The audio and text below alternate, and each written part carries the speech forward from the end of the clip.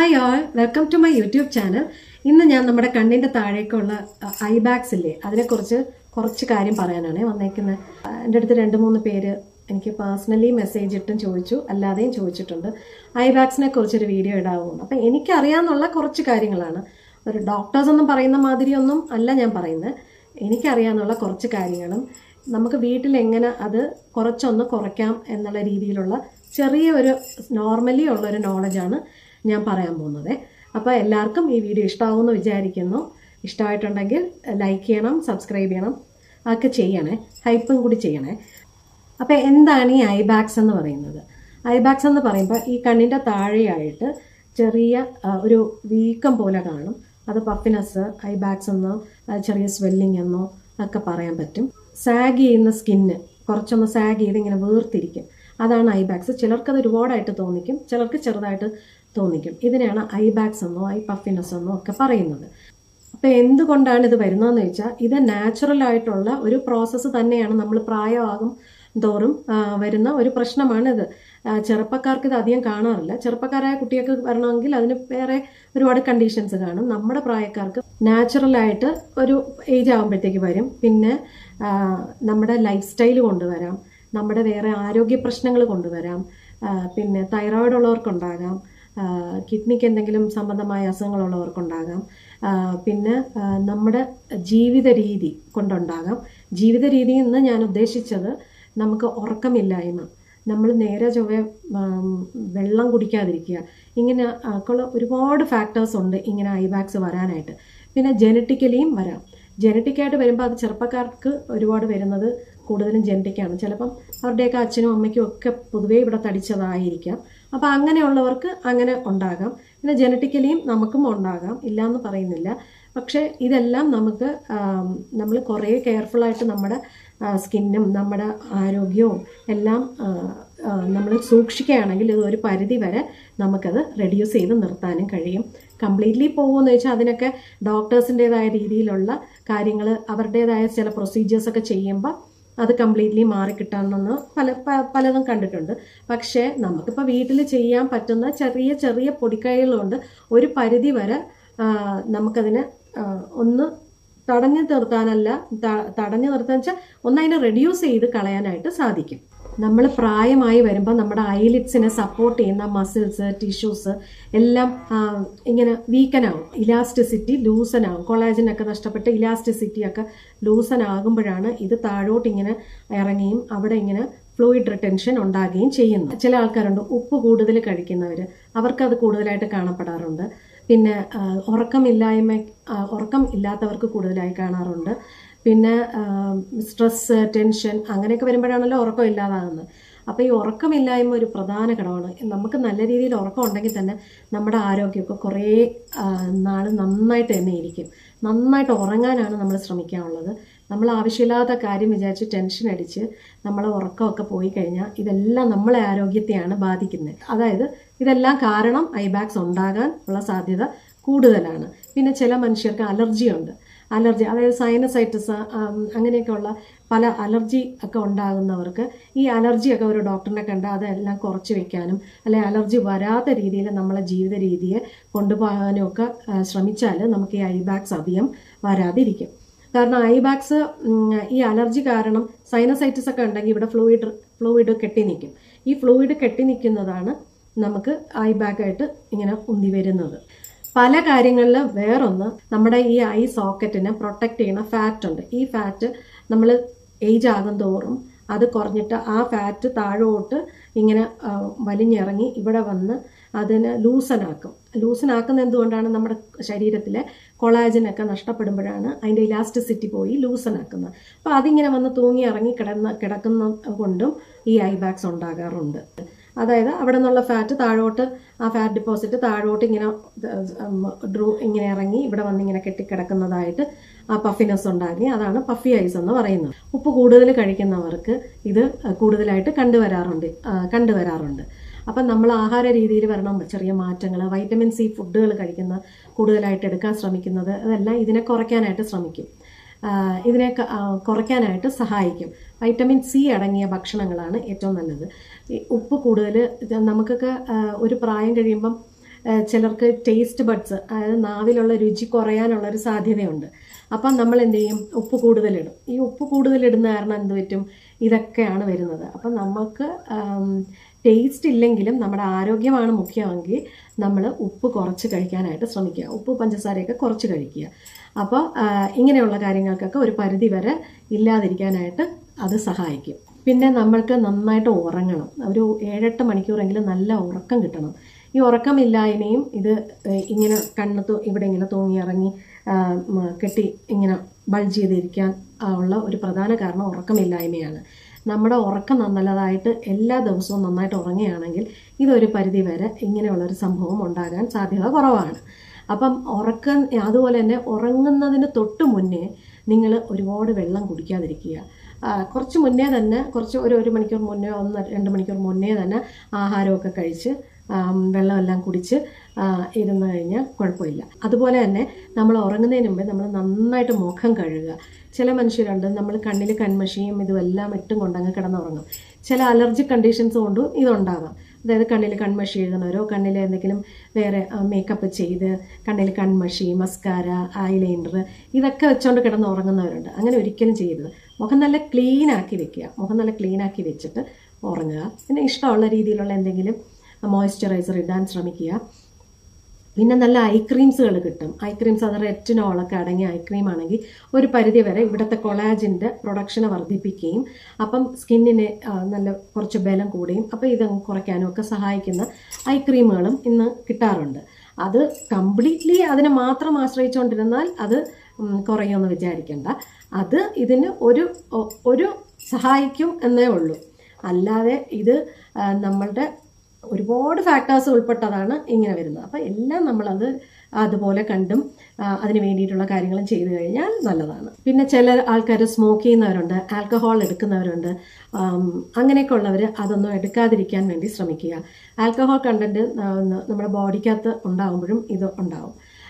അപ്പോൾ അതൊക്കെ അവോയ്ഡ് ചെയ്യുന്നതാണ് ഏറ്റവും നല്ലത്. പിന്നെ കിടന്നുറങ്ങുമ്പോഴും നമ്മൾ തല ഇച്ചിരി ഉയർത്തി വെച്ച് കിടന്നുറങ്ങുന്നവരാണെങ്കിൽ ഇങ്ങനെ ഇവിടെ ഐബാക്സ് ഉള്ളവർ, പഫിനസും ഐബാക്സും ഉള്ളവർ തല ഇച്ചിരി ഉയർത്തി വെച്ച് കിടന്നുറങ്ങുന്നവർക്ക് മാറ്റം കണ്ടുവരാറുണ്ട്. പിന്നെ ഫ്ലാറ്റ് ആയിട്ട് ഇങ്ങനെ കിടന്നുറങ്ങുന്നവർക്ക് ഐബാക്സ് ഉള്ളതായിട്ട് കണ്ടുവരാറുണ്ട്. കാരണം അത് അപ്പോഴും അങ്ങനെ കെട്ടി നിൽക്കുകയാണ്. നമ്മൾ ചരിഞ്ഞ് കിടന്നുറങ്ങുമ്പോൾ നമ്മുടെ ഇവിടെ ഇത് വെള്ളം, അതായത് ഈ കെട്ടിക്കിടക്കുന്നതെല്ലാം ഒഴുകി പോകാനുള്ള ചാനൽസ് ഇവിടെയൊക്കെ ഉണ്ട്. ഇവിടെ ഈ ടെമ്പിൾ ഏരിയയിലുണ്ട്, ഇവിടെയുണ്ട്. ഇതുവഴി ഇങ്ങനെ അങ്ങ് പോകും. അപ്പം അങ്ങനെ പോകാൻ വേണ്ടി നമ്മൾ ചരിഞ്ഞ് കിടന്നുറങ്ങുമ്പോൾ അത് കുറച്ച് അങ്ങ് പോകും. ഈ വശം ചരിഞ്ഞ് കിടന്നുറങ്ങുമ്പോൾ അങ്ങ് പോകും. ഫ്ലാറ്റായിട്ട് ഇങ്ങനെ കിടക്കുന്നവർക്ക് കൂടുതലും ഇത് കണ്ടുവരാറുണ്ട്. ഇങ്ങനെ കെട്ടി തന്നെ ഇങ്ങനെ നിൽക്കും. ഇങ്ങനെ ഫ്ലാറ്റായിട്ട് കിടന്നുറങ്ങുമ്പോൾ ഇതിങ്ങനെ കെട്ടി നിൽക്കുകയില്ലേ? അപ്പം അങ്ങനെ കിടന്ന് ഉറങ്ങി നമ്മൾ മനുഷ്യരാണ്, അങ്ങനെ അങ്ങ് ഉറങ്ങിപ്പോകും.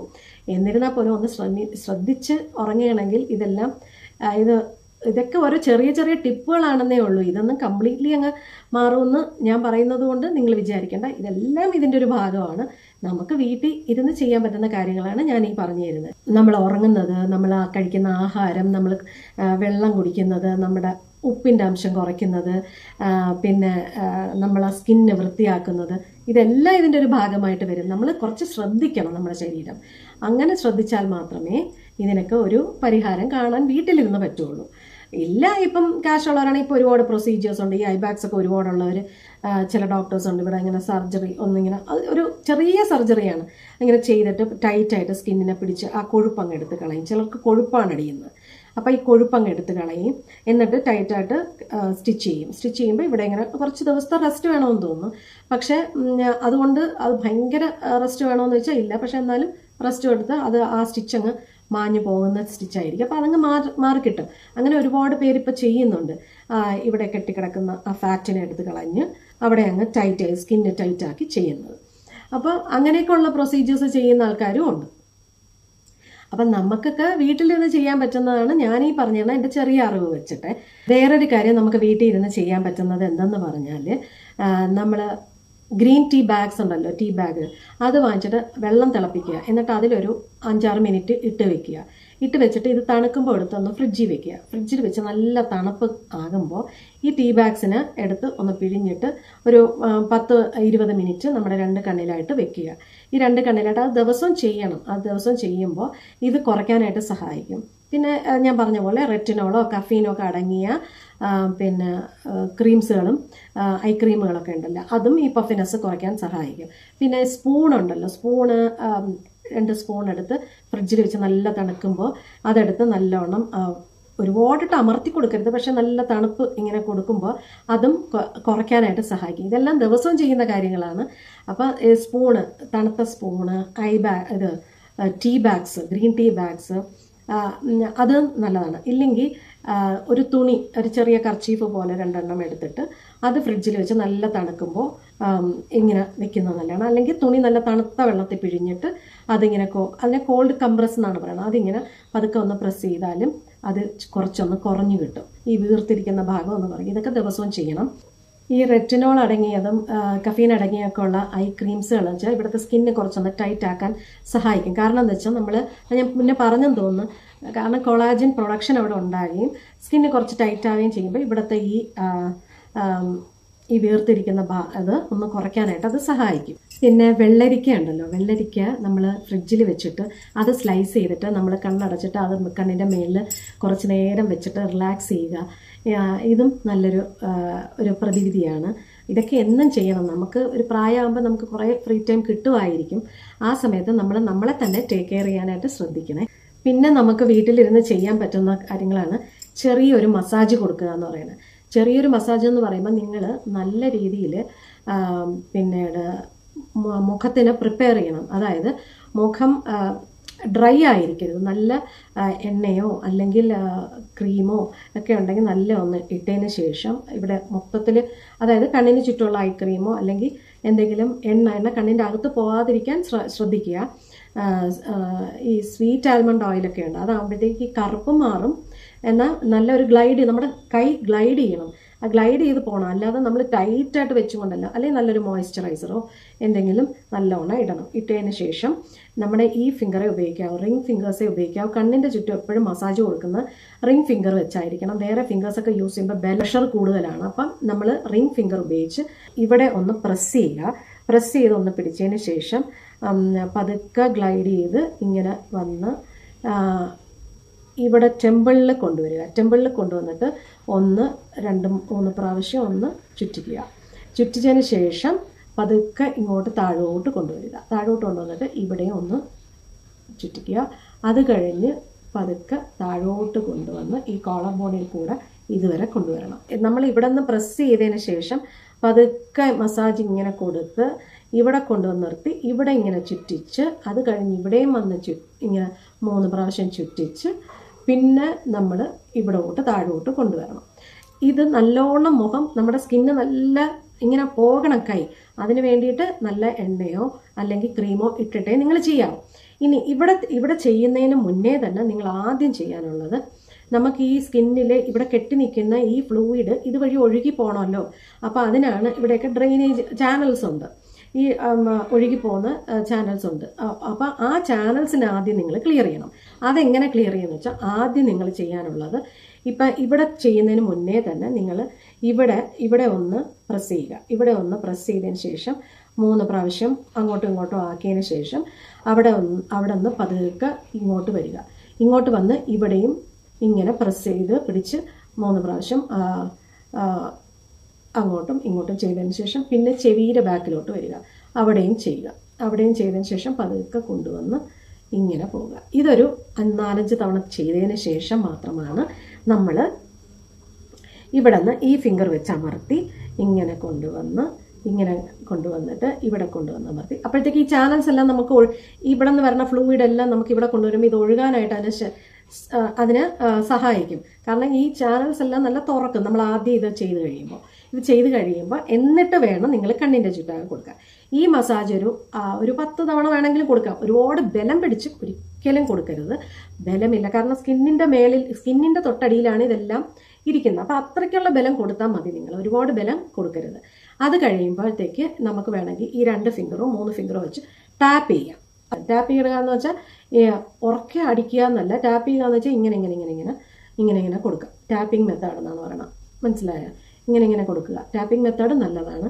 പിന്നെ വേണമെങ്കിൽ ഈ ടാപ്പ് ചെയ്യണതിന് മുന്നേ വേണമെങ്കിൽ അതായത് ഇവിടെ നിന്ന് ഇങ്ങനെ മസാജ് ചെയ്ത് മേളിലോട്ട് വന്നിട്ട് ഇവിടെ കൊണ്ടുവന്നിട്ട് ഇതേപോലെ ഇങ്ങനെയും ചെയ്യും.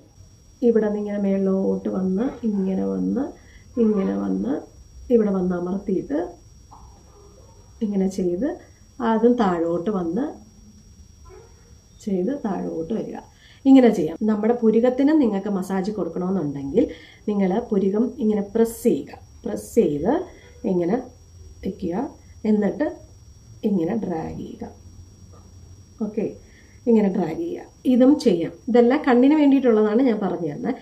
പിന്നെ ഈ ഭാഗം നിങ്ങൾക്ക് ഇവിടെ ഈ 2 ഫിംഗർ ഉപയോഗിച്ച് ഇവിടെ ഇങ്ങനെ ലിഫ്റ്റ് ചെയ്ത് പിടിക്കുക. അപ്പോൾ അതൊക്കെ ഇങ്ങനെ മേലോട്ട് വരിക. അപ്പോൾ ഇവിടെയുള്ള ലൈൻസ് ഒക്കെ ഉണ്ടല്ലോ, ചുളിവുകൾ, അതൊക്കെ അങ്ങ് കുറയ്ക്കാനായിട്ടാണ് ഇത് ചെയ്യണം. ഇങ്ങനെ വരിക. അങ്ങനെയുള്ള ചെറിയ മസാജ് കൊടുക്കുക. ഇതെല്ലാം ഒരുപാട് പ്രഷർ ഉപയോഗിക്കരുത്, ചെറിയ പ്രഷറിൽ വേണം ചെയ്യാനായിട്ട്. അപ്പോൾ എന്തൊക്കെയാണ് ശ്രദ്ധിക്കാനുള്ള? നല്ല ഉറക്കം, നല്ല ഫുഡ്, സന്തോഷം. പിന്നെ ഈ കണ്ണ്, നമുക്ക് ഒരാളുടെ കണ്ണിൻ്റെ ചുറ്റാകെ കാണുമ്പോൾ അറിയാം അയാൾക്ക് എന്തൊക്കെയോ പ്രശ്നങ്ങളുണ്ടെന്ന്, വല്ലാതിരിക്കുമെന്നൊക്കെ പറയില്ലേ, കണ്ണ് കാണുമ്പോൾ അറിയാമെന്നൊക്കെ പറയില്ലേ. അത് നമ്മളുടെ ജീവിതശൈലിയും കൂടെ കൊണ്ടാണ് അങ്ങനെ ആവുന്നത്. അപ്പോൾ എന്തൊക്കെയാണ് ശ്രദ്ധിക്കാനുള്ളത്? നല്ല ഫുഡ്, വൈറ്റമിൻ സി അടങ്ങിയ ഫുഡുകൾ, ഡോക്ടേഴ്സ് എന്തെങ്കിലും പറഞ്ഞിട്ടുണ്ടെങ്കിൽ ആ മരുന്നുകൾ കഴിക്കുക, നല്ല ഉറക്കം, പിന്നെ എന്തെങ്കിലും സപ്ലിമെൻറ്റ്സ് കഴിക്കുന്നെങ്കിൽ കഴിക്കണം. സപ്ലിമെൻറ്റ്സ് നമുക്ക് ഒരു ഏജ് കഴിഞ്ഞാൽ നമുക്ക് സപ്ലിമെൻറ്റ്സ് വേണം. അതില്ലാന്ന് ചിലർ പറയാൻ ആഹാരം കഴിച്ചുകൂടെയെന്ന്. എത്ര ആഹാരം നമ്മൾ കഴിക്കും? നമുക്ക് അത്രത്തോളം ആഹാരമൊന്നും വലിച്ചു വാരി കഴിക്കാൻ നമുക്ക് പറ്റില്ല. അപ്പം നമ്മൾ സപ്ലിമെൻറ്റ്സ് എടുത്തേ തീരുള്ളൂ. അത് നിങ്ങൾ ഡോക്ടേഴ്സിനെ പോയി കണ്ട് നല്ലൊരു സപ്ലിമെൻറ്റ്സ് എടുക്കുക. പിന്നെ സന്തോഷമായിട്ട് നമ്മുടെ ചുറ്റിനുള്ള ആൾക്കാർക്ക് നമുക്ക് സന്തോഷം തരുന്ന ആളുകളാണോ എന്ന് നമ്മൾ ചിന്തിക്കുക, അത്രയേ ഉള്ളൂ. പിന്നെ നമ്മൾക്ക് അണ്ടർലൈങ് എന്തെങ്കിലും ഹെൽത്ത് ഇഷ്യൂസ് ഉണ്ടെങ്കിൽ ഡോക്ടറെയൊക്കെ കണ്ട് അതിന് വേണ്ടിയിട്ടുള്ള കാര്യങ്ങൾ ചെയ്യുക. കിടക്കുന്നതിന് മുന്നേ മുഖം നന്നായിട്ട് വൃത്തിയാക്കുക, നല്ലൊരു ഐ ക്രീം ഉണ്ടെങ്കിൽ വാങ്ങിയിടുക. ഇങ്ങനെയൊക്കെയുള്ള കുറച്ച് ചെറിയ ചെറിയ കാര്യങ്ങളേ ഉള്ളൂ. അപ്പം അങ്ങനെയൊക്കെയുള്ള കാര്യം നമ്മൾ ശ്രദ്ധിക്കുകയാണെങ്കിൽ നമുക്ക് ഒരു പരിധി വരെ നമുക്ക് ഈ ഐ ബാഗ്സ് കുറയ്ക്കാനായിട്ട് സഹായിക്കും. നല്ലോണം മസാജ് ഇങ്ങനെ ചെയ്യുമ്പോൾ, അതായത് ഭയങ്കര പ്രഷർ കൊടുക്കാതെ ചെയ്യുകയാണെങ്കിൽ എന്നും ചെയ്യണം. അത് ഒരു ദിവസം ചെയ്തിട്ട് നാളെ ചെയ്യില്ല, മറ്റന്നാൾ ചെയ്യില്ല, അങ്ങനെയല്ല. എന്നും ഇതൊരു ഡെയിലി റൂട്ടീനായിട്ട് രാവിലെ എണീക്കുമ്പോഴേ ചെയ്ത് കഴിഞ്ഞാൽ നമ്മുടെ ഇവിടെയുള്ള ഈ പഫിനെസ്സും പിന്നെ ഇതൊക്കെ ഒന്ന് കുറയ്ക്കാനായിട്ട് സഹായിക്കും. ഈ ഒത്തിരി പേർക്ക് ചിലപ്പോൾ ഇതൊന്നും ചെയ്യാൻ പറ്റില്ലേ, നല്ലൊരു ഡോക്ടറിനെ കാണുക, അവർ പറയുന്ന പോലെ കേൾക്കുക. അപ്പോൾ ഈ വീഡിയോ നിങ്ങൾക്ക് എല്ലാവർക്കും ഇഷ്ടമായി എന്ന് വിചാരിക്കുന്നു. ഇനി നല്ലൊരു വീഡിയോ ആയിട്ട് വരാം. Okay, bye, love you all.